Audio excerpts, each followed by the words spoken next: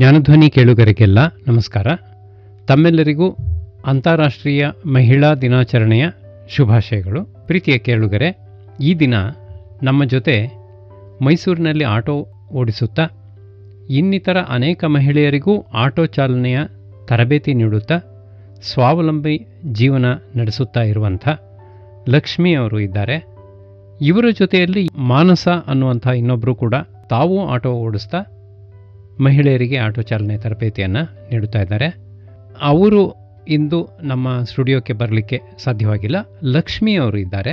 ಅವರನ್ನು ಈ ಒಂದು ವೃತ್ತಿಯ ಬಗ್ಗೆ ಮತ್ತು ತರಬೇತಿ ನೀಡಿ ಮಹಿಳೆಯರಲ್ಲಿ ಸ್ವಾವಲಂಬನೆಯನ್ನು ಕಲಿಸ್ತಾ ಇರುವಂಥ ಪ್ರವೃತ್ತಿಯ ಬಗ್ಗೆ ನಾವು ಪ್ರಶ್ನೆಗಳನ್ನು ಕೇಳೋಣ.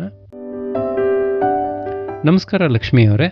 ನಮಸ್ಕಾರ ಸರ್. ನೀವು ಈ ಕಾರ್ಯವನ್ನು ಎಷ್ಟು ವರ್ಷಗಳಿಂದ ಮಾಡ್ತಾ ಇದ್ದೀರಾ? ಸರ್, ವರ್ಷಗಳೇನಿಲ್ಲ, ಒಂದು 5-6 ತಿಂಗಳಿಂದ ಓಡಿಸ್ತಾ ಇದ್ದೀವಿ. ನಿಮಗೆ ತರಬೇತಿ ಯಾರು ಕೊಟ್ಟರು? ನಮಗೆ ತಳಿರು ಫೌಂಡೇಶನಿಂದ ಒಬ್ಬರು ಕೋರ್ಡಿನೇಟರ್ ಇದ್ದರು, ಸೌಮ್ಯ ಅಂತೇಳಿ. ಅವರು ಆಟೋ ಚಾಲನೆ ತರಬೇತಿ ನೀಡಿದರು ನಮಗೆ. ಅವರು ಬರೀ ತರಬೇತಿದಾರರು ಅಥವಾ? ಇಲ್ಲ, ಅವರು ಆಟೋ ಚಾಲಕರೇ. ಅವರು ಸುಮಾರು ಒಂದು 20 ವರ್ಷದಿಂದ ಆಟೋ ಓಡಿಸ್ತಾ ಇದ್ದಾರೆ. ಎಲ್ಲಿ? ಮೈಸೂರಲ್ಲೇ. ಹೌದಾ? ನೀವು ಆಟೋ ರಿಕ್ಷಾ ಓಡಿಸಲು ಹೇಗೆ ಪ್ರಾರಂಭಿಸಿದ್ರಿ? ನಿಮಗೆ ಆಟೋ ರಿಕ್ಷಾ ಯಾರು ಕೊಟ್ಟರು ಅಥವಾ ಬಾಡಿಗೆಗೆ ತಗೊಳ್ತಾ ಇದ್ದೀರಾ? ಹೌದು ಸರ್, ಬಾಡಿಗೆಗೆ ತಗೋತಾ ಇದ್ದೀವಿ. ಆಟೋ ರಿಕ್ಷಾ ಓಡಿಸಿ ಕಲಿತು ಆಮೇಲೆ ಒಬ್ಬರು ಮಲ್ಲಿಕಾರ್ಜುನ ಅಣ್ಣ ಅಂತ ಇದ್ದಾರೆ. ಅವರು ನಮ್ಗೆ ತುಂಬ ಸಪೋರ್ಟ್ ಮಾಡಿದ್ದಾರೆ. ನಮ್ಮಂಥ ಹೆಣ್ಮಕ್ಳಿಗೆ ತುಂಬ ಸಪೋರ್ಟಿವ್ ಆಗಿ ನಿಂತ್ಕೊಂಡು ಒಂದು ಅಣ್ಣನ ಸ್ಥಾನದಲ್ಲಿ ನಮ್ಮನ್ನು ತುಂಬ ಮುಂದೆ ಬರೋಕ್ಕೆ ಕಾರಣನೇ ಅವರು. ಮಹಿಳೆಯರಿಗೆ ನೀವು ಆಟೋ ರಿಕ್ಷಾ ತರಬೇತಿ ನೀಡುವಂಥ ಆಲೋಚನೆ ಹೇಗೆ ಬಂತು? ನಮ್ಮಿಂದ ಬಂದಿಲ್ಲ ಸರ್. ಅದು ನಮ್ಮದೊಂದು ತಳಿರು ಫೌಂಡೇಶನ್ ಅಂತ ಒಂದು NGO ಸಂಸ್ಥೆ ಇದೆ. ಅವರು ನಮ್ಮಂಥ ಬಡ ಹೆಣ್ಮಕ್ಳಿಗೆ ತುಂಬ ಕಷ್ಟದಲ್ಲಿರೋರಿಗೆ ಅವ್ರ ಕಾಲ ಮೇಲೆ ಅವ್ರು ನಿಂತ್ಕೊಳ್ಳಿಕ್ಕೆ ಸಹಾಯ ಆಗಲಿ, ಯಾರ ಮೇಲೂ ಡಿಪೆಂಡ್ ಆಗಬಾರ್ದು, ಅವರು ದುಡಿದು ಅವ್ರ ಜೀವನ ಅವ್ರು ಸಾಗಿಸ್ಬೇಕು ಅನ್ನೋದಕ್ಕೋಸ್ಕರ ಆ ಸಂಸ್ಥೆ ನಮ್ಮಂಥ ಹೆಣ್ಮಕ್ಳಿಗೆ ತುಂಬ ಹೆಲ್ಪ್ ಮಾಡಿದೆ. ಆ ಸಂಸ್ಥೆಯಿಂದಾಗೆ ನಾವು ಕಲಿತು ₹1 ಅವರು ನಮ್ಮಿಂದ ಅಪೇಕ್ಷೆ ಪಡ್ದೇನೆ ಸ್ವತಃ ಅವರೇ DL ಸಹ ನಮಗೆ ಮಾಡಿಸಿ ಮುಂದೆ ತಂದುಕೊಟ್ಟಿದ್ದಾರೆ. ಇವತ್ತಿನ ದಿವಸ ನಾವು ತುಂಬ ಚೆನ್ನಾಗಿ ಬದುಕ್ತಾ ಇದ್ದೀವಿ ಅಂತಂದರೆ ತಳಿರು ಫೌಂಡೇಶನ್ನೇ ಕಾರಣ. ಎಷ್ಟು ಜನಕ್ಕೆ ಕೊಟ್ಟಿದ್ದಾರೆ ಇದುವರೆಗೆ ತರಬೇತಿ? ನಮಗೆ ಈಗ ಫಸ್ಟ್ ಬ್ಯಾಚಲ್ಲಿ ನಮಗೊಂದು 11 ಜನಕ್ಕೆ ಕೊಟ್ಟಿದ್ದಾರೆ ಸರ್. ಎಷ್ಟು ಜನ ಅದರಲ್ಲಿ ಆಟೋ ಓಡಿಸ್ಲಿಕ್ಕೆ ಶುರು ಮಾಡಿದರು? ನಾವು ಸುಮಾರು ಒಂದು 7-8 ಜನ ಓಡಿಸ್ತಾ ಇದ್ದೀವಿ. ಅದರಲ್ಲಿ ನೀವು ಇಬ್ಬರು ಮಾತ್ರ, ನೀವು ಮತ್ತು ಮಾನಸ ಇಬ್ಬರು ಮಾತ್ರ? ಹೌದು, ಆ ಸಂಸ್ಥೆಗೆ ಕೆಲಸ ಮಾಡ್ತಾ ಇದ್ದೀವಿ. ಅಲ್ಲಿ ನೀವು ತರಬೇತಿಯನ್ನು ನೀಡ್ತಾ ಇದ್ದೀರಾ? ಹೌದು. ನಿಮ್ಮ ಜೀವನದಲ್ಲಿ ಈ ರೀತಿ ಆಟೋ ರಿಕ್ಷಾ ಓಡಿಸೋದು ಮತ್ತು ತರಬೇತಿ ನೀಡೋದು ಯಾವ ರೀತಿ ಬದಲಾವಣೆಯನ್ನು ತಂದಿದೆ? ತುಂಬ ಬದಲಾವಣೆ ತಂದಿದೆ ಸರ್. ನಾನು ಏನು ಅನ್ನೋದನ್ನು ಸಮಾಜದಲ್ಲಿ ಅಂದರೆ ನಾವೊಂದು ಝೀರೋ ಆಗಿದ್ವಿ. ಇವತ್ತಿನ ದಿವಸ ನಾವೇನು ಅನ್ನೋದನ್ನು ನಮ್ಮ ಬೆಲೆ ನಾವೇ ತಿಳ್ಕೊಳ್ಳೋಂಗಾಗಿದೆ. ಇವತ್ತಿನ ದಿವಸ ತುಂಬ ಗೌರವ ಕೊಡ್ತಾರೆ, ಹೊರಗಡೆ ಜನ ಚೆನ್ನಾಗಿ ಮಾತಾಡ್ತಾರೆ, ಸಪೋರ್ಟ್ ಮಾಡ್ತಾರೆ, ಪ್ರತಿಯೊಂದು ಹೆಲ್ಪ್ ಆಗ್ತಿದೆ ನಮಗೆ. ಈ ಆಟೋ ರಿಕ್ಷಾ ಓಡಿಸೋದರಲ್ಲಿ ನಿಮಗೆ ಯಾವುದಾದ್ರೂ ಸವಾಲು ಎದುರಾಯ್ತಾ? ಯಾವ ರೀತಿ ಅದನ್ನು ನಿವಾರಿಸ್ಕೊಂಡ್ರಿ? ಸವಾಲು ಅಂತಂದರೆ ಹೊರಗಡೆ ಹೋದರೆ ಮಾಮೂಲಿ, ಈಗ ಸರ್ವೇ ಸಾಮಾನ್ಯ ಒಂದು ಹೆಣ್ಮಗು ಬದುಕೋದು ಭಾಳ ಕಷ್ಟ ಇದೆ ಹೊರಗಡೆ ಸಮಾಜದಲ್ಲಿ ಇವತ್ತಿನ ದಿವಸ. ಕೆಲವು ಜನ ಸಪೋರ್ಟ್ ಮಾಡ್ತಾರೆ, ಕೆಲವು ಜನ ಯಾಕಾದರೂ ಬಂದ್ರಿ, ನಿಮಗೆ ಬೇರೆ ಕೆಲಸ ಇಲ್ವಾ ಮಾಡೋಕ್ಕೆ, ಫ್ಯಾಕ್ಟ್ರಿಗಳ್ಗೆ ಹೋಗ್ಬೋದಿತ್ತಲ್ಲ ಅಂತೆಲ್ಲ ಕೇಳಿದ್ದಾರೆ, ಮಾತಾಡಿದ್ದಾರೆ. ಮತ್ತು ಸ್ಟ್ಯಾಂಡ್ಗಳಲ್ಲೂ ಸ್ವಲ್ಪ ಕಿರಿಕಿರಿ ಮಾಡ್ತಾರೆ. ಅದನ್ನೆಲ್ಲ ದಾಟಿ ನಾನು ಅದೇ ಸ್ಟ್ಯಾಂಡಲ್ಲೇ ಇದ್ದು ಬಾಡಿಗೆ ಹೊಡಿತಾ ಇದ್ದೀನಿ. ಅಂದರೆ ಸಾಮಾನ್ಯವಾಗಿ ಅವ್ರದ್ದೇ ಒಂದು ಯೂನಿಯನ್ ಇರುತ್ತೆ. ಹೌದು. ಮತ್ತು ಮೇಲ್ ಡಾಮಿನೇಷನ್ ಅಂದರೆ ಗಂಡಸರು ಹೆಚ್ಚಾಗಿರುವಂಥ ಒಂದು ಕ್ಷೇತ್ರ ಇದು. ಮತ್ತು ಅವರೆಲ್ಲ ಒಗ್ಗಟ್ಟಾಗಿ ಯಾವ್ದಾದ್ರು ಮಾಡಬೇಕು ಅಂತಂದರೆ ಸಾಮಾನ್ಯವಾಗಿ ಜಗಳಕ್ಕೆ ನಿಲ್ಲೋದೇ ಆಗಲಿ, ಯಾವುದೇ ಆಗಲಿ, ಭಾರಿ ಒಗ್ಗಟ್ಟು ಅವರಲ್ಲಿ ನಾವು ನೋಡ್ತೀವಿ. ನಿಮ್ಗೆ ಅದರಿಂದ ಹೆಚ್ಚಿನ ತೊಂದರೆ ಏನಾಗಲಿಲ್ಲ? ಇಲ್ಲ, ತುಂಬ ತೊಂದರೆ ಏನಾಗಿಲ್ಲ. ಸ್ವಲ್ಪ ಜನ, ಕೆಲವು ಜನ ಒಳ್ಳೆಯವರು ಇದ್ದಾರೆ, ಕೆಲವು ಜನ ಕೆಟ್ಟವರು ಇರ್ತಾರೆ. ಅವ್ರ ಮಧ್ಯೆನೇ ನಾವು ಬದುಕಬೇಕು. ಈ ಥರ ಮಹಿಳೆಯರಿಗೆ ತರಬೇತಿ ನೀಡುವಾಗ ಯಾವ ಅಂಶಗಳಿಗೆ ನೀವು ಹೆಚ್ಚು ಗಮನ ಕೊಡ್ತೀರಾ? ಅಂಶಗಳಂದರೆ ನಾವು ಮುಂಜಾಗ್ರತೆ ಅಂತ ಫಸ್ಟು ನಾವು ಏನು ತಿಳ್ಕೊಬೇಕು ಅಂದರೆ, ನಮ್ಮದು ಏನೇ ಟೆನ್ಷನ್ ಇದ್ದರೂ, ನಮ್ಮದು ಏನೇ ಪ್ರಾಬ್ಲಮ್ ಇದ್ದರೂ, ನಾವು ಗಾಡಿ ಓಡಿಸ್ಬೇಕಾದ್ರೆ ನಮ್ಮ ತಲೆಯಲ್ಲಿ ಏನೂ ಇರಬಾರ್ದು. ನಮ್ಮ ಜೊತೆ ಜೀವಗಳು ಕೂತಿರುತ್ತೆ. ನಾವು ಅವ್ರನ್ನ ಸೇಫಾಗಿ ಇರಿಸ್ಕೊಳ್ಳೋದಲ್ಲದೆ ನಾವು ಸೇಫ್ ಆಗಿರಬೇಕು. ಆ ಕಡೆ ಈ ಕಡೆ ಸ್ವಲ್ಪ ಗಮನವಿಟ್ಟು ಗಾಡಿ ಓಡಿಸ್ಬೇಕು ಅನ್ನೋದಕ್ಕೋಸ್ಕರ ನಾನು ಇದ್ರ ಬಗ್ಗೆ ಹೇಳ್ತೀನಿ. ಅಲ್ಲ, ಇದು 3 ಗಾಲಿದು ಹೆಚ್ಚಿನ ಬ್ಯಾಲೆನ್ಸ್ ಇರಲ್ಲ. ಹೌದು, ಟರ್ನಿಂಗ್ನಲ್ಲೆಲ್ಲ ಕೆಲವು ಸಲ ಬೀಳುವಂಥ ಚಾನ್ಸ್ ಇದೆ, ಇರುತ್ತೆ. ತುಂಬ ಇದೆ.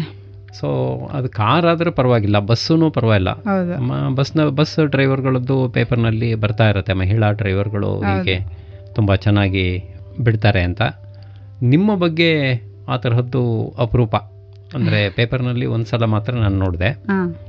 ಹೇಗೆ ಇದು ಅಂದರೆ ನೀವು ಆ ಬ್ಯಾಲೆನ್ಸನ್ನು ಯಾವ ರೀತಿ ಇದು ಮಾಡ್ತೀರಾ?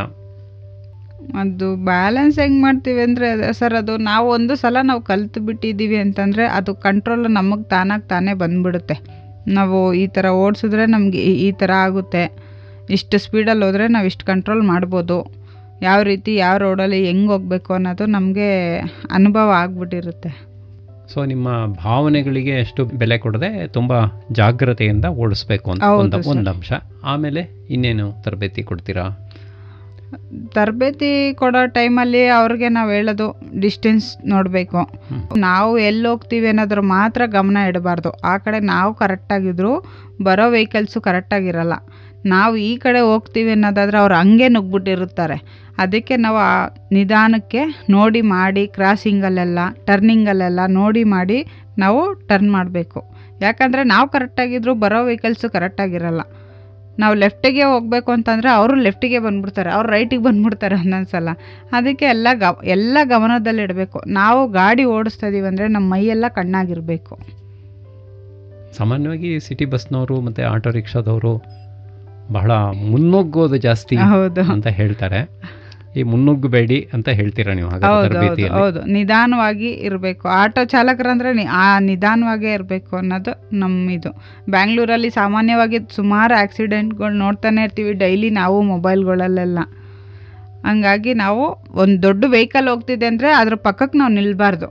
ಹಿಂದೆ ಹೋಗಿ 5 ನಿಮಿಷ ಲೇಟ್ ಆದರೂ ಪರವಾಗಿಲ್ಲ, ನಾವು ಹಿಂದೆನೇ ಇರ್ಬೋದು. ಆವಾಗ ನಾವು ಸೇಫಾಗಿರ್ತೀವಿ, ಎಲ್ಲ ಅಕ್ಕಪಕ್ಕ ಸೇಫಾಗಿರ್ತಾರೆ. ನಮ್ಮ ಜೊತೆ ಕೂತಿರೋರ ಜೀವನ ನಾವು ಕಾಪಾಡ್ದಂಗೆ ಇರುತ್ತೆ. ನಾವು ಹೊಂಟೋಗ್ಬಿಡ್ತೀವಿ, ಮುನ್ನುಗ್ಬಿಡ್ತೀವಿ ಅನ್ನೋದು ತಪ್ಪು. ಸ್ವಲ್ಪ ನಿಧಾನವಾಗಿ ಹೋಗೋದೇ ಒಳ್ಳೆಯದು. ದೊಡ್ಡ ವೆಹಿಕಲನ್ನು ಓವರ್ಟೇಕ್ ಮಾಡಬಾರ್ದು. ನಿಮ್ಮಿಂದ ತರಬೇತಿ ಪಡೆದಂಥ ಮಹಿಳೆಯರು ಈಗ ಹೇಗೆ ಜೀವನ ನಡೆಸ್ತಾ ಇದ್ದಾರೆ? ತರಬೇತಿಯ ಪರಿಣಾಮಗಳು ಹೇಗಿದ್ದಾವೆ? ಸರ್, ನಮ್ಮಿಂದ ತರಬೇತಿ ಪಡೆದ ಹೆಣ್ಮಕ್ಳು ಇನ್ನೂ ಅವರು ಆಟೋ ಚಾಲನೆ ಇನ್ನೂ ಮಾಡ್ತಾ ಇಲ್ಲ. ಈಗ DL ಬರ್ತಿದೆ ಅವ್ರಿಗೆ. ಈಗ DL ಬಂದ ಮೇಲೆ ಅವರು ಆಟೋ ಚಾಲನೆ ತಗೋತಾರೆ. ಬಂದಾದಮೇಲೆ ನೋಡಬೇಕು ಅವ್ರ ಜೀವನ ಹೇಗಿದೆ ಅಂತ. ನಮ್ಮ ಜೀವನ ಅಂತೂ ನಾನು ಇದ್ದಾಗಂತೂ ನಾನು ತುಂಬ ಕಷ್ಟಪಟ್ಟಿದ್ದೀನಿ. ಈ ಆಟೋ ಚಾಲನೆಗೆ ಬರೋಕ್ಕೂ ಮುಂಚೆ ತುಂಬ ಅಂದರೆ ತುಂಬಾ ಕಷ್ಟಪಟ್ಟಿದ್ದೀನಿ. ಈಗ ನನ್ನ ಲೈಫು ನಾನು ಚೆನ್ನಾಗಿ ಇಟ್ಕೊಂಡಿದ್ದೀನಿ ಅಂದರೆ ಈ ಆಟೋನೇ ಕಾರಣ. ನಿಮ್ಮ ಮೇಲೆ ಏನು ಪರಿಣಾಮ ಬೀರಿದೆ ಆ ಒಂದು ತರಬೇತಿ ಮುಂತಾದವೆಲ್ಲ? ತರಬೇತಿ ಟೈಮಲ್ಲೂ ಏನೂ ಪರಿಣಾಮ ಬಿದ್ದಿಲ್ಲ, ಈಗಲೂ ಏನೂ ಪರಿಣಾಮ ಬಿದ್ದಿಲ್ಲ. ಒಳ್ಳೆ ರೀತಿಲೇ ಎಲ್ಲ ಸಪೋರ್ಟ್ ಮಾಡ್ತಿದ್ದಾರೆ ನನಗೆ. ಈ ವೃತ್ತಿಯಲ್ಲಿ ತಾವು ಅಲ್ಪಕಾಲವಾದರೂ ಒಳ್ಳೆಯ ಅನುಭವವನ್ನು ಪಡೆದಿದ್ದೀರಾ. ಇತರ ಮಹಿಳೆಯರಿಗೆ ನೀವು ಏನು ಸಲಹೆಯನ್ನು ನೀಡ್ತೀರಾ? ಸಲಹೆ ಏನು ನೀಡ್ತೀನಿ ಅನ್ನೋದಾದರೆ ಸರ್, ನಾನು ಮೊದಲನೇದಾಗಿ ನಾವು ಏನಕ್ಕೂ ಹೆದರಬಾರ್ದು. ನಾವು ಹೆದರದಷ್ಟು ನಮ್ಮನ್ನು ಕುಗ್ಗಿಸ್ತಾರೆ. ಧೈರ್ಯವಾಗಿರಬೇಕು. ಏನೇ ಆದರೂ ಅಷ್ಟೇ, ಒಂದು ಭಯ ಅನ್ನೋದು ನಮ್ಮಲ್ಲಿ ಇರಬಾರ್ದು.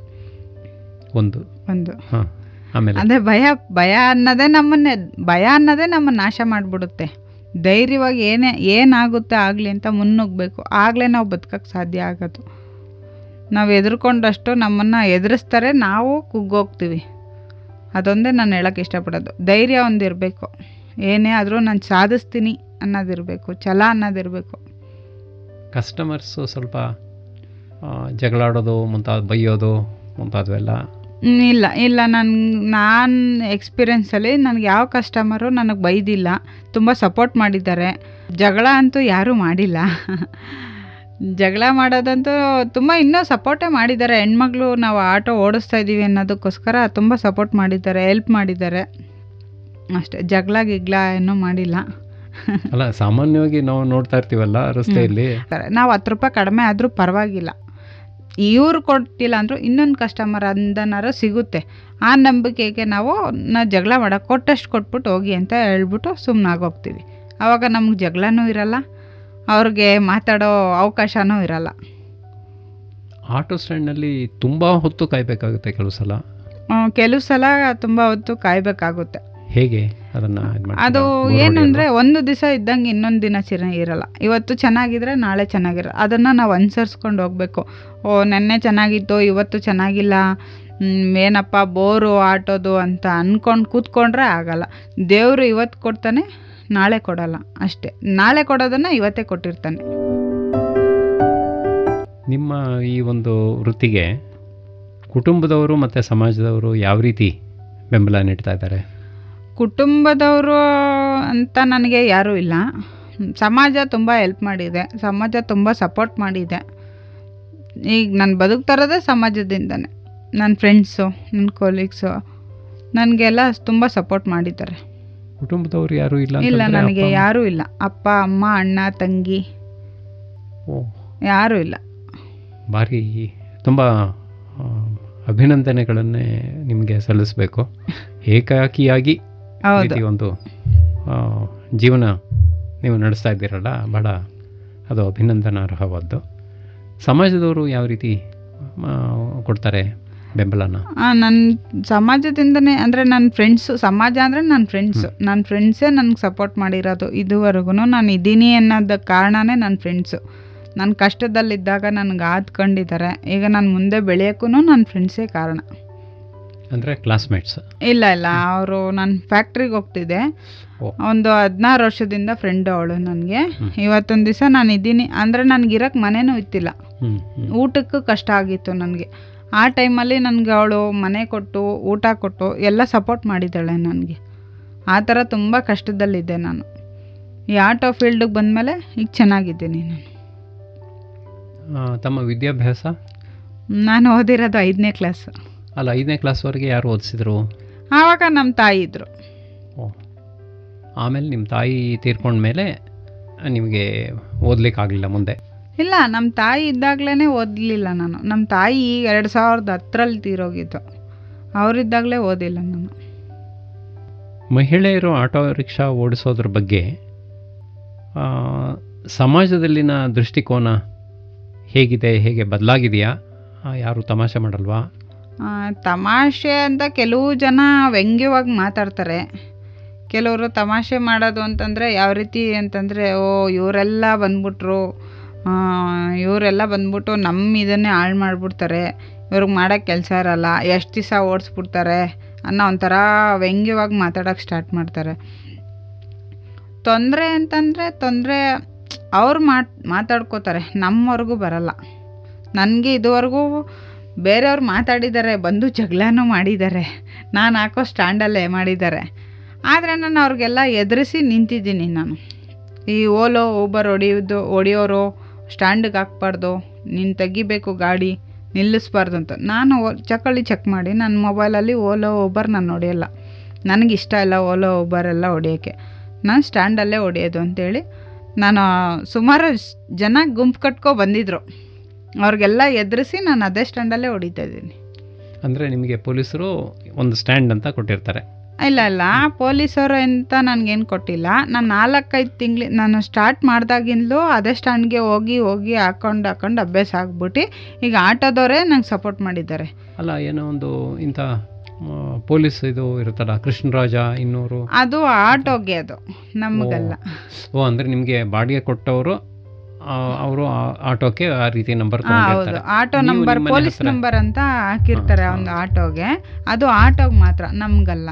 ನೀವು ನಿಮ್ಮ ಮನೆ ಹತ್ರ ಇರುವಂಥ ಒಂದು ಸ್ಟ್ಯಾಂಡನ್ನು? ನಮ್ಮ ಮನೆ ಹತ್ರ ಅಲ್ಲ ಸರ್, ನಾನು ಎಲ್ಲಿ ಬಾಡಿಗೆ ಹೊಡೆಯೋದು ಅಂದರೆ ದೇವರಾಜ ಮಾರ್ಕೆಟ್ ಹತ್ರ ಚಿಕ್ಕ ಗಡಿಯಾರ ಇದೆಯಲ್ಲ, ಅಲ್ಲೇ ಅದೇ ಸ್ಟ್ಯಾಂಡಲ್ಲೇ ಬಾಡಿಗೆ ಹೊಡೆಯೋದು. ನಿಮ್ಮ ಭವಿಷ್ಯದ ಯೋಜನೆಗಳು ಯಾವುದು? ನನ್ನ ಭವಿಷ್ಯದ ಯೋಜನೆ ಅಂದರೆ ಈಗ ಆಟೋ ಓಡಿಸ್ತಾ ಇದ್ದೀನಿ. ನೆಕ್ಸ್ಟು ನಮ್ಮ NGO ಇಂದನೇ ಟ್ರಕ್ ಡ್ರೈವರ್ ಆಗಕ್ಕೆ ಸಪೋರ್ಟ್ ಮಾಡ್ತೀನಿ ಅಂತ ಹೇಳಿದ್ದಾರೆ. ಅದೊಂದು ಕನಸಿದೆ, ಆಸೆ ಇದೆ ನನಗೆ. ಯಾಕಂದರೆ ನನಗೆ ಯಾರೂ ಇಲ್ಲ ಇರೋದ್ರಿಂದ. ಅಲ್ಲ, ಅದು ಟ್ರಕ್ ಡ್ರೈವರ್ ಆದರೆ ಇದಕ್ಕಿಂತ ಹೆಚ್ಚು ಸಂಪಾದನೆ ಇರುತ್ತೆ? ಹೌದು, ಹೆಚ್ಚು ಸಂಪಾದನೆ ಆಗುತ್ತೆ, ಚೆನ್ನಾಗಿರ್ಬೋದು, ಲೈಫ್ ಒಂದು ಅಚೀವ್ಮೆಂಟ್ ಮಾಡಬೇಕು ಅನ್ನೋದು ನನ್ನ ಆಸೆ ಇದೆ. ಆದರೆ ಅದು ಹೆವಿ ವೆಹಿಕಲ್ ಅಲ್ವಾ? ಹೌದು. ನಿಮಗೆ ಕಷ್ಟ ಆಗುತ್ತೆ ಇಲ್ಲ, ಅಂತ ಅನ್ಸಲ್ವಾ? ಕಷ್ಟ ಆಗುತ್ತೆ ಅಂತ ಕುತ್ಕೊಂಡ್ರೆ ಆಗಲ್ಲ. ನಾನು ಕಲಿಬೇಕು, ಓಡಿಸ್ಬೇಕು ಅಂತ ಅಂದ್ಕೊಂಡಿದ್ದೀನಿ.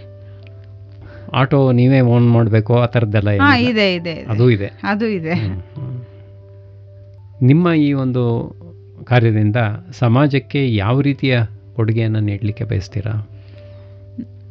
ಏನು ಬಯಸ್ತೀನಿ ಅಂತಂದರೆ, ನಮ್ಮಂಥ ತುಂಬ ಕಷ್ಟದಲ್ಲಿರೋ ಹೆಣ್ಮಕ್ಳಿಗೆ ಹೆದರ್ಕೋಬೇಡಿ.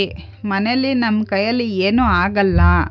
ನಾವೊಬ್ಬರು ಕೈ ಕೆಳಗೆ ಅಯ್ಯೋ ಇದೆಲ್ಲ ನಾವು ಮಾಡ್ತೀವ ಅಂತ ಫಸ್ಟ್ ಆಫ್ ಆಲ್ ನಮ್ಮ ತಲೆಯಿಂದ ತೆಗ್ದಾಕ್ಬೇಕು ಅದನ್ನು. ಇದೆಲ್ಲ ನಮ್ಮ ಕೈಲಿ ಆಗುತ್ತಾ ಅನ್ನೋದನ್ನೇ ತಿಳ್ಕೊಳ್ಳೇಬಾರ್ದು. ಆಗುತ್ತೆ ಅಂತಲೇ ತಿಳ್ಕೊಬೇಕು. ಆಗುತ್ತೆ ಅಂತ ನಾವೇನಾರ ಒಂದು ಸಾಧನೆ ಮಾಡ್ತೀವಿ ಅನ್ನೋದಾದ್ರೇ ನಾವು ಮುಂದೆ ಬರೋಕ್ಕಾಗೋದು. ಇಲ್ಲದೆ ಹೋದರೆ 4 ಗೋಡೆ ಮಧ್ಯನೇ ಕೂತಿರ್ತೀವಿ. ನಾನು ಹಂಗೆ ಅಂದ್ಕೊಂಡಿದ್ದಿದ್ದು ನನ್ನ ಲೈಫಲ್ಲಿ.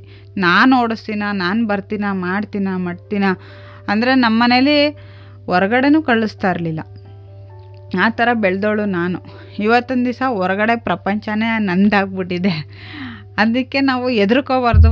ನಾನು ಹೇಳೋದೇ ಇಷ್ಟು, ಎಲ್ಲ ಮಹಿಳೆಯರಿಗೂ ಹೇಳೋದೇ ಇಷ್ಟು, ಯಾವುದಕ್ಕೂ ನಾವು ಹೆದರ್ಕೋಬಾರ್ದು. ನಿಮ್ಮ ಜೀವನದ ಸ್ಫೂರ್ತಿದಾಯಕ ಘಟನೆಗಳನ್ನು ನಮ್ಮ ಜೊತೆಲಿ ಹಂಚಿಕೊಳ್ಬೋದಾ? ಸ್ಫೂರ್ತಿದಾಯಕ ಘಟನೆ ಅಂದರೆ ನಿಮಗೆ ಪ್ರೇರಣೆ ಸಿಕ್ಕಂಥ ಘಟನೆ, ಅಥವಾ ನಿಮಗೆ ತುಂಬ ಸಂತೋಷವಾದಂಥದ್ದು, ಅಥವಾ ಏನೋ ಅಚೀವ್ ಮಾಡಿದೆ ಅಂತ ಅನಿಸಿದಂಥದ್ದು? ಅಚೀವ್ ಮಾಡಿರೋದು ಅಂತಂದರೆ, ಈ ಆಟೋ ಓಡಿಸಿರೋದೇ ನಂಗೊಂದು ದೊಡ್ಡ ಅಚೀವ್ ಮಾಡ್ದಂಗೆ ಆಗಿದೆ. ಯಾಕಂದರೆ ಅದೇ ನಮಗೇನು ಕ್ಲಚ್ ಅಂದರೆ ಏನು, ಗೇರ್ ಅಂದರೆ ಏನು ಅನ್ನೋದಂದೇ ನಮಗೆ ಗೊತ್ತಿರಲಿಲ್ಲ. 2 ವೀಲರ್ ಓಡಿಸ್ತಿದ್ವಿ. ಬಟ್ ಆ 2 ವೀಲರ್ಗಿಂತ ಇದು 3 ವೀಲರು. ಇದರಲ್ಲಿ 2 ವೀಲರ್ ಆದರೆ ಓಪನ್ ಅಪ್ಪು, ಎಲ್ಲ ಗಾಡಿ ಬರುತ್ತೆ ಹೋಗುತ್ತೆ ಎಲ್ಲ ಕಾಣುತ್ತೆ. 3 ವೀಲರಲ್ಲಿ ಕಾಣಲ್ಲ. ನಾವು ಮಿರರ್ ನೋಡ್ಕೋಬೇಕು, ಈ ಸೈಡ್ ಮಿರರ್ ನೋಡ್ಕೋಬೇಕು. ಅದನ್ನೇ ನಾನು ಓಡಿಸ್ತೀನ ಅನ್ನೋ ರೀತಿಲಿ ನಾನಿದ್ದೆ. ಇವತ್ತೊಂದು ದಿವಸ ನಾನೇ ಓಡಿಸಿ ನಾನೇ ತರಬೇತಿ ಕೊಡೋ ಮಟ್ಟಿಗೆ ಆಗಿದ್ದೀನಿ. ಅದು ನನಗೆ ತುಂಬ ಖುಷಿ ಇದೆ. ಅದೇ ನನ್ನ ಸಖತ್ ಅಂದರೆ ಸಖತ್ ಖುಷಿ ಇದೆ ನನಗೆ. ನಮ್ಮ ಮೇಡಮು ನಮ್ಮನ್ನು ಮತ್ತು ಮಾನಸ ಅವ್ರನ್ನ ಗುರುತಿಸಿ, ನೀವು ನೆಕ್ಸ್ಟ್ ಬ್ಯಾಚ್ಗೆ ನೀವು ತರಬೇತಿ ನೀಡ್ತೀರಾ ಅನ್ನೋದನ್ನು ನಮ್ಮಿಬ್ಬರನ್ನ ಗುರುತಿಸಿ ಇವಾಗ ನಮ್ಮನ್ನೇ ಟ್ರೈನರ್ ಆಗಿ ಸಂಸ್ಥೆಗೆ ಕೆಲಸ ಮಾಡೋಕ್ಕೆ ಬಿಟ್ಟಿದ್ದಾರೆ. ಅದು ತುಂಬ ಅಂದರೆ ತುಂಬ ಖುಷಿ ಇದೆ. ನಾವೇ ಕಲಿತವರು ಈಗ ನಾವೇ ಕಲಿಸ್ಕೊಡ್ತಾ ಇದ್ದೀವಿ ಅಂತ ಇದೆಯಲ್ಲ, ಅದು ತುಂಬ ಖುಷಿ. ನಿಮ್ಮಿಂದ ಸಹಾಯ ಪಡೆದವರು ಈ ತರಹದ್ದು ಹೇಳಿದ್ರು, ನಿಮಗೆ ಪ್ರೇರಣೆ ಅಥವಾ ಸ್ಫೂರ್ತಿ ಬರೋದು ಅಂತಂದರೆ, ಅಥವಾ ಬೇರೆಯವರಿಗೆ ಸ್ಫೂರ್ತಿಯನ್ನು ನೀಡೋದು, ಪ್ರೇರಣೆ ನೀಡೋದು ಅಂತಂದರೆ ಆ ತರಹ ಘಟನೆಗಳು.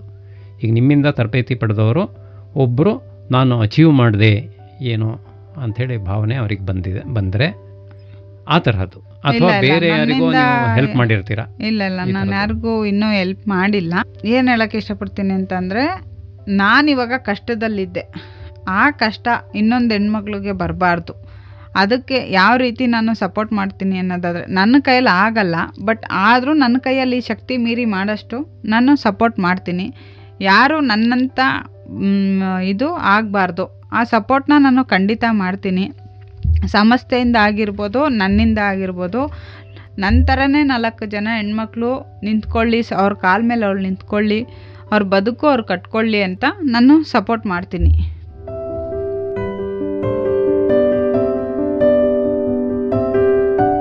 ನಿಮ್ಮಂಥ ಇನ್ನೂ ಈ ತರಹದ ಹೆಚ್ಚು ಮಹಿಳೆಯರು ಈ ಕ್ಷೇತ್ರಕ್ಕೆ ಬರಲಿಕ್ಕೆ ಏನು ಮಾಡಬೇಕು?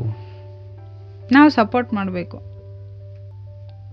ನಮ್ಮಂಥ ಹೆಣ್ಮಕ್ಳು ಇನ್ನೂ ಬರಬೇಕು, ಅವರು ಕಲಿಬೇಕು, ಅವ್ರ ಕಾಲ ಮೇಲೆ ಅವ್ರು ನಿಂತ್ಕೋಬೇಕು, ಅವರು ಜೀವನನ ಅವ್ರು ಸಾಗಿಸ್ಕೊ ಹೋಗಬೇಕು, ಕಷ್ಟದಲ್ಲಿರೋರಿಗೆ ಹೆಲ್ಪ್ ಮಾಡಬೇಕು ಅನ್ನೋದು ನಮಗಿದೆ. ಅದೇ ರೀತಿ ಅವರು ಮುಂದೆ ಬರಬೇಕು. ಅವರು ಛಲದಿಂದ ಬಂದ್ರೇ ನಾವು ಏನಾರೋ ಒಂದು ಸಪೋರ್ಟ್ ಮಾಡೋಕ್ಕಾಗೋದು. ಆಗಲ್ಲ ಅಂತ ಕೂತ್ಕೊಂಡ್ರೆ ಆಗಲ್ಲ. ಸಪೋರ್ಟ್ ನಾವು ಮಾಡ್ತೀವಿ, ಆದರೆ ನೀವು ನಿಮ್ಮ ಮನಸ್ಥಿತಿನ ನೀವು ದೃಢ ಮಾಡಿಕೊಂಡು ನೀವು ಬಂದರೆ ನಾವು ಖಂಡಿತ ಸಪೋರ್ಟ್ ಮಾಡ್ತೀವಿ. ನಮ್ಮ ಸಂಸ್ಥೆಯಿಂದನೂ ಸಪೋರ್ಟ್ ಮಾಡ್ತೀವಿ. ಅಲ್ಲ, ಇಲ್ಲಿ ತುಂಬ ಕಡಿಮೆ ಜನ ಇದ್ದಾರಲ್ಲ, ನಾನಂತೂ ನೋಡೇ ಇರಲಿಲ್ಲ. ತುಂಬ ಕಡಿಮೆ ಇದ್ದಾರೆ. ಈ ಹೊಸ ಕ್ಷೇತ್ರ ಇದು, ಮಹಿಳೆಯರಿಗೆ ಹೊಸ ಕ್ಷೇತ್ರ. ಹೌದು. ಈ ಹೊಸ ಕ್ಷೇತ್ರಕ್ಕೆ ಅವರು ಎಂಟರ್ ಆಗಲಿಕ್ಕೆ ಹಿಂಜರಿಕೆ ಇರುತ್ತೆ. ಹೌದು. ಯಾರೂ ಮಾಡದೇ ಇರೋ ಕೆಲಸ, ಅಷ್ಟು ಧೈರ್ಯ ಇಲ್ಲ ನನಗೆ, ಈ ಥರದ್ದಿರುತ್ತೆ. ಅಂಥವರಿಗೆ ಹೇಗೆ, ಏನು ಮಾಡಬೇಕು ಅವರು? ಯಾರೂ ಮಾಡದೇ ಇರೋ ಕೆಲಸ ಅಂದರೆ ನಾವು ಏನೂ ತಪ್ಪು ಮಾಡ್ತಾ ಇಲ್ಲ, ಯಾರೂ ಹೊಟ್ಟೆ ಮೇಲೆ ಹೊಡಿತಾ ಇಲ್ಲ. ಯಾರಿಗೂ ಕೇಡ್ ಮಾಡ್ತಾ ಇಲ್ಲ ನಾವು. ನಮ್ಮ ದುಡಿಮೆನ ನಾವು ಜೀವನ ದುಡ್ದು ಮಾಡ್ಲಿಕ್ಕೆ. ನಾವು ತಿಂತಾ ಇರೋದು. ಹಂಗಾಗಿ ಹೆದರ್ಕೊಳ್ಳೋದು ಅವಶ್ಯಕತೆ ಇಲ್ಲ, ಮುಂಜಾರಿಕೆ ಬೇಡ, ಹಂಚ್ಕೊಳ್ಳೋದೂ ಬೇಡ. ಈಗ ನೀವು ಹೊರಗಡೆ ಹೋಗಿ ದುಡಿತೀರಾ, ಹೊರಗಡೆ ಹೋಗಿ ದುಡ್ದು ಬೆಳಗ್ಗೆಯಿಂದ ಸಂಜೆ ಗಂಟೆ ಅವ್ರು ಕೊಡೋ 8,000 9,000ಗೋಸ್ಕರ ಎಷ್ಟೆಲ್ಲ ಬಯಸ್ಕೊಂಡು ಕೆಲಸ ಮಾಡಬೇಕು. ನಾನು ಕೆಲಸ ಮಾಡಿದ್ದೀನಿ ಗಾರ್ಮೆಂಟ್ಸಲ್ಲಿ. ಅವ್ರು ಕೊಡೋ 9,000ಕ್ಕೆ 8 ಅವರ್ ದುಡಿದ್ರೂ ಅಲ್ಲಿ ನಮಗೆ ಮರ್ಯಾದೆನೇ ಕೊಡಲ್ಲ ಗಾರ್ಮೆಂಟ್ಸ್ಗಳಲ್ಲಿ. ಅಷ್ಟು ಕೀಳಾಗಿ ನೋಡ್ತಾರೆ ಒಂದು ಹೆಣ್ಮಗ್ಳನ್ನ. ಅದ್ರ ಬದಲು ಈಗ ನಮ್ಮ ಜೀವನ ನಾವು ರೂಪಿಸ್ಕೋಬೋದಲ್ಲ, ಅವ್ರ ಹತ್ರ ಕೈ ಕೆಳಗೆ ಕೆಲಸ ಮಾಡೋ ಬದಲು. ಇಂಡಿಪೆಂಡೆನ್ಸ್, ಹೌದು ಸ್ವಾತಂತ್ರ್ಯ. ಹೌದು, ನನಗೆ ಅದೇ ಒಂದು ಸ್ಫೂರ್ತಿದಾಯಕವಾಗಿ ನಾನು ಇಷ್ಟೆಲ್ಲ ಮುಂದೆ ಬರೋಕ್ಕೆ ಸಾಧ್ಯನೇ ಅದು. ಆಟೋ ರಿಕ್ಷಾ ಓಡಿಸೋದ್ರಿಂದ ಮಹಿಳೆಯರು ಆರ್ಥಿಕವಾಗಿ ಹೇಗೆ ಸಬಲತೆಯನ್ನು ಪಡಿಬೋದು? ಆರ್ಥಿಕವಾಗಿ ಸಬಲತೆ ಪಡಿಬೋದು, ತುಂಬಾ ಪಡಿಬೋದು. ಯಾಕಂದರೆ ಒಂದೊಂದು ದಿವಸ ಈಗ ಗಾರ್ಮೆಂಟ್ಸ್ಗೆ ಒಂದು ಫ್ಯಾಕ್ಟ್ರಿಗೆ ಹೋಗ್ತೀವಿ ಅಂದರೂ ಒಂದು 10,000 ಕೊಡ್ತಾರೆ. 10,000 ತಗೊಂಡು ನಾವು ಜೀವನ ಸಾಗಿಸೋಕ್ಕಾಗಲ್ಲ. ಮನೆ ಬಾಡಿಗೆ ಕಟ್ಟಬೇಕು, ರೇಷನ್ ತಂದ್ಕೋಬೇಕು, ಎಲ್ಲನೂ ಅದರಲ್ಲೇ ಆಗ್ಬಿಡುತ್ತೆ. ನಾವು ಚೆನ್ನಾಗಿರೋಕ್ಕೂ ಆಗಲ್ಲ. ನಮ್ಮ ಆಸೆ ಕನಸುಗಳು ಅನ್ನೋದೆಲ್ಲ ಅಲ್ಲೇ ಸತ್ತೋಗ್ಬಿಡುತ್ತೆ. ಅದಕ್ಕೆ ನಾವೇನೇನು ಹೇಳ್ತೀನಿ, ಈ ಆಟೋ ಫೀಲ್ಡಲ್ಲಿ 10,000 ಮೇಲೆ ನಾವು ದುಡಿಬೋದು, ನಮ್ಮ ಡ್ರೀಮ್ ಫುಲ್ಫಿಲ್ ಮಾಡ್ಬೋದು, ನಾವು ಮನೆಗೆ ನೋಡ್ಕೋಬೋದು, ಕಷ್ಟದಲ್ಲಿರೋರಿಗೆ ಸಹಾಯ ಮಾಡ್ಬೋದು. ನಾವು ನಾನು ಆಸೆ ಪಟ್ಟದ್ದನ್ನೆಲ್ಲ ನಾನು ತಿಂತಾಯಿದ್ದೀನಿ. ನಾನು ತುಂಬ ಕಷ್ಟಪಟ್ಟು ದುಡ್ಡೇ ಇಲ್ದೇನೆ, ನಾನು ಏನೂ ತಿಂದೇನೆ ನನ್ನ ಆಸೆ ಎಲ್ಲ ಇದ್ದೆ. ಇವತ್ತೊಂದು ದಿವಸ ನನ್ನ ಹತ್ರ ದುಡ್ಡಿದೆ, ನಾನು ಆಸೆ ಪಟ್ಟಿದ್ದನ್ನು ತಿನ್ಬೋದು. ಮನುಷ್ಯ ಇವತ್ತಿರ್ತೀವಿ, ನಾಳೆ ಇರಲ್ಲ. ಮಹಿಳೆಯರು ಈ ರೀತಿ ಆಟೋ ರಿಕ್ಷಾ ಓಡಿಸೋದ್ರಿಂದ ಸಮಾಜದಲ್ಲಿ ಯಾವ ಬದಲಾವಣೆಗಳನ್ನು ತರ್ಬೋದು? ಸಮಾಜದಲ್ಲಿ ಯಾವ ಬದಲಾವಣೆ ತರ್ಬೋದು? ಹೆಣ್ಣು ಮಕ್ಕಳು ನಾವು ಯಾವುದಕ್ಕೂ ಕಡಿಮೆ ಇಲ್ಲ ಅನ್ನೋದನ್ನು ನಾವು ಬದಲಾವಣೆ ತರ್ಬೋದು. ಹೆಣ್ಣು ಮಕ್ಕಳು ಎಲ್ಲರೂ ಎಲ್ಲ ಕೆಲಸನೂ ಮಾಡಬಲ್ಲರು ಅನ್ನೋದನ್ನು ನಾವು ತೋರಿಸ್ಕೊಡ್ಬೋದು ಸಮಾಜಕ್ಕೆ. ಹೆಣ್ಣು ಮಕ್ಕಳಿಗಾಗಿ ನಮ್ಮ ಶಕ್ತಿ ಏನಿದೆ ಅದನ್ನು ತೋರಿಸ್ಬೋದು. ಶ್ರೀಶಕ್ತಿ ಇದು. ನಿಮ್ಮ ಆತ್ಮವಿಶ್ವಾಸ ಹೇಗೆ ಹೆಚ್ಚುತ್ತೆ ಇದರಿಂದ? ತುಂಬ ಹೆಚ್ಚುತ್ತೆ, ಸಂತೋಷ ಆಗುತ್ತೆ, ಧೈರ್ಯ ಇರುತ್ತೆ. ಏನೇ ಆದರೂ ನಾವು ಎದುರಿಸ್ಬೋದು ಅನ್ನೋದು ನಮ್ಮ ಆತ್ಮವಿಶ್ವಾಸಕ್ಕೆ ನಾವು ಅಂದ್ಕೊಂಡ್ರೆ ಸಾಕು. ಒಂದು ಹೆಮ್ಮೆ ಮತ್ತು ಆತ್ಮವಿಶ್ವಾಸ ಬರೀ ಎಷ್ಟು ದಿವಸದೊಳಗೆ ಬರಬಹುದು? ಈಗ ಓಡಿಸೋಕ್ಕೆ ಶುರು ಮಾಡ್ತಾರೆ ಅವರು, ಅವರಿಗೆ ತಮ್ಮ ವೃತ್ತಿಯ ಬಗ್ಗೆ ಹೆಮ್ಮೆ ಬರಬೇಕು, ಹೌದು, ಮತ್ತು ಆತ್ಮವಿಶ್ವಾಸ ಬರಬೇಕು ನಿಮಗೆ ಬಂದ ಹಾಗೆ. ಅದು ಎಷ್ಟು ದಿವಸ ಬೇಕಾಗುತ್ತೆ ಸಾಮಾನ್ಯ? ಅದು ದಿವಸಗಳು ನಾವು ಅನ್ಕೋಬಾರ್ದು ಸರ್. ನಾನು ಓಡಿಸ್ತೀನ, ನಾನು ಪ್ರಯತ್ನ ಪಡ್ತೀನಿ ಅನ್ನೋದನ್ನು ನಮ್ಮ ಮನಸ್ಸಲ್ಲಿ ನಾವು ಅಂದ್ಕೊಂಡ್ರೆ ಸಾಕು. ಅದು ಇಷ್ಟು ದಿವಸದಲ್ಲಿ ಬರುತ್ತೆ, ಇಷ್ಟು ದಿವಸದಲ್ಲಿ ಬರಲ್ಲ ಅಂತ ನಾವು ಅಂದ್ಕೋಬಾರ್ದು. ನಾನು ಇವತ್ತೇ ಓಡಿಸ್ತೀನಿ ಅಂತ ನಮ್ಮ ತಲೆಯಲ್ಲಿದ್ದರೆ ನಾವು ಇವತ್ತೇ ಸಾಧಿಸ್ಬೋದು, ಓಡಿಸ್ಬೋದು. ಆಗಲ್ಲ ಅಂತ ಅಂದರೆ ಅಯ್ಯೋ ಇವತ್ತಾಗಲ್ಲ, ನನ್ನ ತಲೆ ಸರಿ ಇಲ್ಲ, ನನ್ನ ಮೈಂಡು ಸರಿ ಇಲ್ಲ, ನಾನು ಅಪ್ಸೆಟ್ ಆಗಿಬಿಟ್ಟಿದ್ದೀನಿ ಅಂತ ಕೂತ್ಕೊಂಡ್ರೆ ಆಗಲ್ಲ. ಇಲ್ಲಿ ಇವತ್ತೇನಾರ ಆಗಲಿ ನಾನು ಓಡಿಸ್ಬೇಕು, ನನ್ನ ಕೈಲಿ ಆಗುತ್ತೆ ಅಂತ ಮುಂದೆ ಬರಬೇಕು. ನಿಮ್ಮಲ್ಲಿ ಒಂದು ಸಂಘಟನೆ ಏನಾದರೂ, ಮಹಿಳಾ ಚಾಲಕಿಯರ ಸಂಘಟನೆ ಏನಾದರೂ ಆಗಿದೆಯಾ? ಇಲ್ಲ ಸರ್, ಆಗಿಲ್ಲ. ಎಷ್ಟು ಜನ ಇದ್ದಾರೆ ಮೈಸೂರಿನಲ್ಲಿ ಸಾಮಾನ್ಯವಾಗಿ? 20 ಜನ ಇದ್ದಾರೆ ಮೈಸೂರಲ್ಲಿ, ಲೇಡೀಸ್ ಆಟೋ ಡ್ರೈವರ್. ಮಾಡಬಹುದು, ಸಂಘಟನೆ ಮಾಡಬಹುದು. ಅಂದರೆ ಯಾರೂ ಒಗ್ಗಟ್ಟಾಗಿರಲ್ಲ.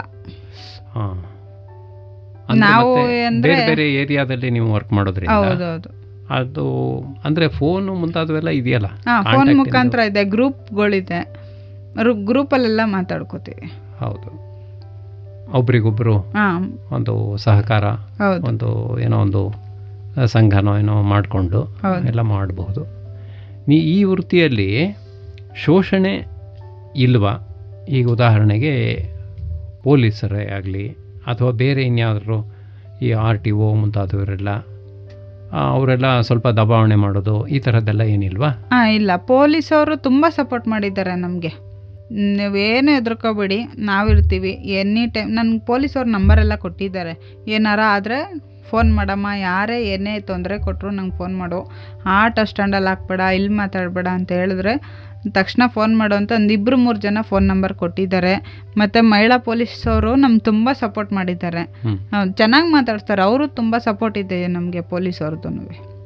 ಸೊ ಮಹಿಳೆಯರು ಸಾಮಾನ್ಯವಾಗಿ ಹೌದು, ಪರವಾಗಿಲ್ಲ, ಈ ಒಂದು ಎಲ್ಲ ಖುಷಿ ಪಡ್ತಾರೆ. ತುಂಬ ಧೈರ್ಯದಿಂದ ಬಂದು ಓಡಿಸ್ತೀಯ ನೀನು, ತುಂಬ ಖುಷಿಯಾಗುತ್ತೆ ಅಂತ. ನಿಮ್ಮ ಸಾಧನೆಯನ್ನು ನೋಡಿ ನಮಗೂ ಕೂಡ, ನಮ್ಮ ಕೇಳುಗರಿಗೂ ಕೂಡ ತುಂಬ ಸಂತೋಷವಾಗುತ್ತೆ ಅಂತ ಅಂದ್ಕೊಂಡಿದ್ದೀನಿ. ಇಷ್ಟೆಲ್ಲ ಸಾಧಿಸಂತ ತಮಗೆ ಅಭಿನಂದನೆಗಳು. ನಮಸ್ಕಾರ. ನಮಸ್ಕಾರ ಸರ್.